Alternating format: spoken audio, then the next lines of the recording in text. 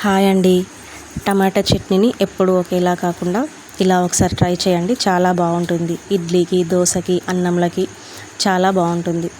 ముందుగా ఒక ప్యాన్ తీసుకొని కొన్ని పల్లీలు వేయించుకొని పక్కకు పెట్టుకోవాలి. అదే ప్యాన్లో 2 టేబుల్ స్పూన్ల ఆయిల్ తీసుకొని 5-6 పచ్చిమిర్చీలు వేయించుకొని పక్కకు పెట్టుకోవాలి. తర్వాత కొంచెం ఆయిల్ వేసుకొని టమాటాలని వేయించుకొని అందులోనే తగినంత ఉప్పు వేసి బాగా ఉడకనివ్వాలి. జీలకర్ర, కొత్తిమీర వేసి బాగా ఉడికించుకోవాలి. మిక్సీ జార్లో పల్లీలు, పచ్చిమిర్చి కచ్చాపచ్చాగా గ్రైండ్ చేసుకోవాలి.